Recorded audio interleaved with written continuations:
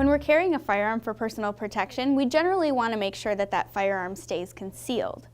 When it comes to women carrying a firearm, we sometimes run into a couple of issues that maybe the men don't run into quite as much.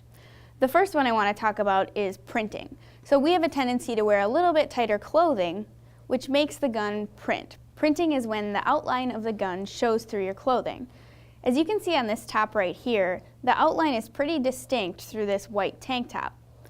A couple of things that we can do to decrease printing or minimize it are wear darker colors. Wearing something like black or navy blue often makes the gun seem more concealed. Another thing you can do is wear a pattern. So a flowery pattern like this, or maybe something with just a little bit of coloring difference, makes it harder for the eye to pick up the outline of the firearm. Another thing you can do is choose tops that are a little bit more flowy as opposed to ones that are tight against your skin. So picking out dark colors, looking for something with a pattern, and something that isn't very tight fitting are all going to be things you want to look for when you're shopping for clothes that are going to be able to conceal your firearm. Another common problem that people run into is what we call bulging. So the gun actually protruding from your body, looking like a bulge, sometimes in places that you don't really want that to be. Now I've come up with a couple of ways that you can really mitigate that, get rid of that extra bulge.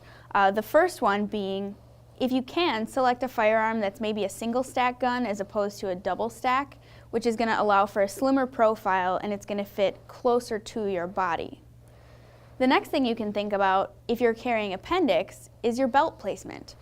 One simple thing that I've picked up along the way is the placement of my belt buckle. So when I'm wearing jeans like this, which is pretty common for me, I'll actually put my belt buckle to the side to reduce the amount of bulk that's in that same area on my belt line.